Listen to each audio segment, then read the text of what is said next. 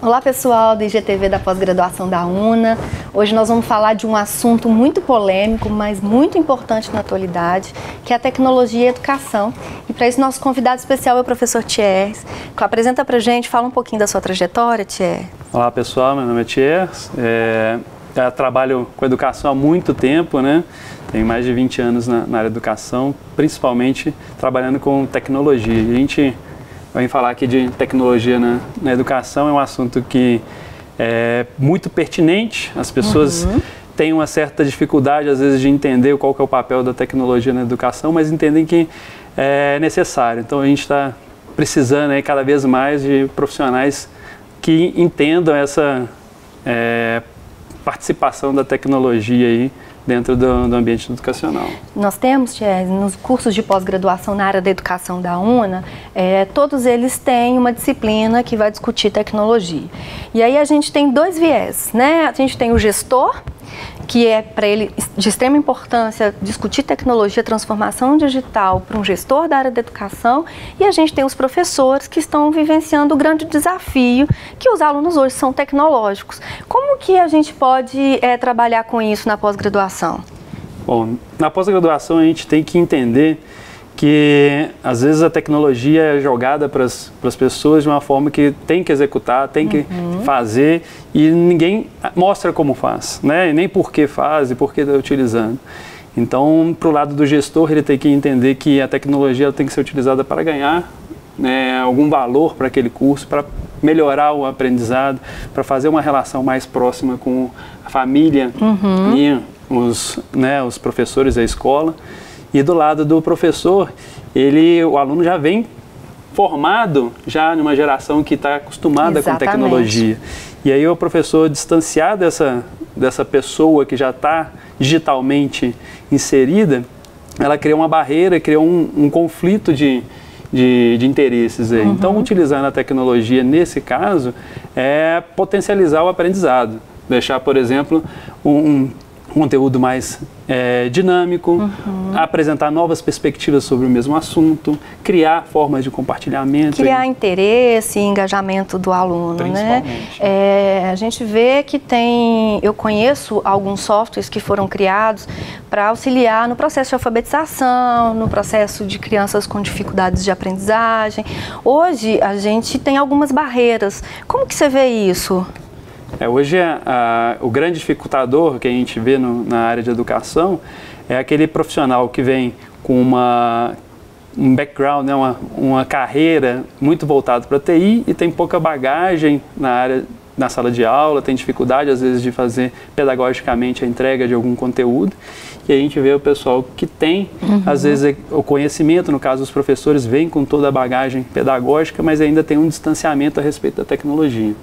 E aí a ideia da pós é justamente trabalhar esse link de maneira que a gente vença essas barreiras, conhecendo melhor os softwares, as ferramentas mais interessantes. Por exemplo, um software de Libras que pode auxiliar os alunos com surdez, material de apoio para poder fomentar, por exemplo, a curiosidade, o engajamento a respeito de um determinado tópico, né?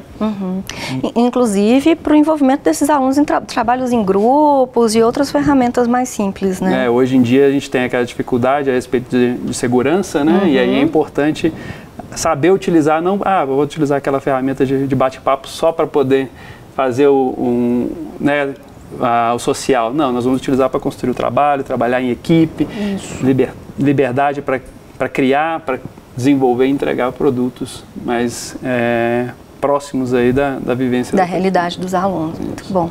Quais seriam os primeiros passos para esses professores que precisam de se inserir nessa era tecnológica, mas ainda têm dificuldades?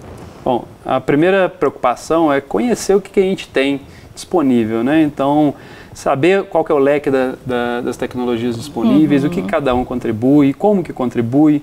E aí, aos poucos, as pessoas vão perdendo um pouco do medo, né? E aí vai vendo que a tecnologia realmente ela é mais simples do que se aparenta, né? Então, um exemplo é você pegar uma visita no museu virtual, você consegue fazer aí uma aula de história muito mais relevante. Isso aí é tão fácil de fazer, mas as pessoas, por não conhecer, acaba não aplicando.